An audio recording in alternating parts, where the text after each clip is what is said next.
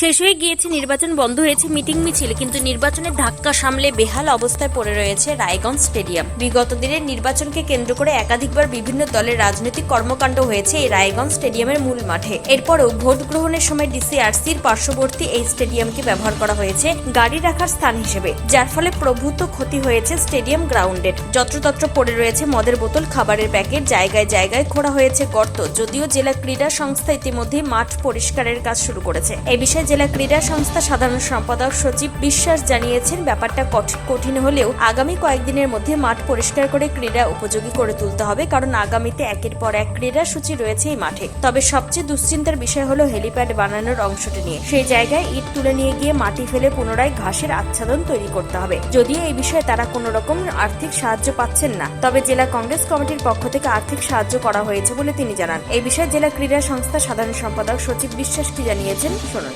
দেখুন, আমাদের রায়গঞ্জ স্টেডিয়াম দীর্ঘকাল থেকেই, মানে এই বছরের নির্বাচন বলে কথা না, শরণাতীত কাল থেকেই আমাদের রায়গঞ্জ স্টেডিয়াম নির্বাচনী কর্মকাণ্ডে ব্যবহার হয়ে আসছে।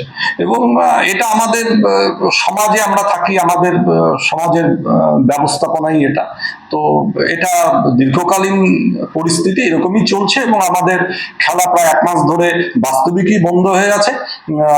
কম্পিটিটিভ যেগুলো স্পোর্টস ইভেন্ট সেগুলো বন্ধ হয়ে আছে, কিন্তু আমরা আমাদের যেগুলো কোচিং ক্যাম্প সেগুলো আমরা একটু ছোট পরিসরে করবার চেষ্টা চালিয়ে গেছি। তবে বর্তমানে একদমই বন্ধ হয়ে আছে। আমরা মাঠে কাজ শুরু করেছি আজকে থেকে। অলরেডি আমরা সুইপিং এর কাজ করছি। আপনার গ্যালারিতেও অনেক নোংরা ছিল, সেগুলো আমরা ঝাড়াঝাড়ি আজকে শুরু করে দিয়েছি।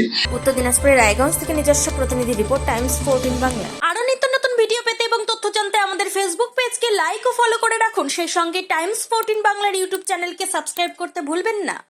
মুখের উজ্জ্বলতা হারিয়ে গেছে, স্পট পড়ে গেছে, ব্রণ ভর্তি, তাই আর দেরি না করে আজই আসুন রায়গঞ্জের চণ্ডীতলায় হেলথ প্লাস মাল্টি স্পেশালিটি ক্লিনিকে এবং এখানে পান অভিজ্ঞ ডাক্তার দ্বারা ফ্রি স্কিন টেস্ট। আরো বিস্তারিত জানতে যোগাযোগ করুন 9674895169 এই নম্বরে।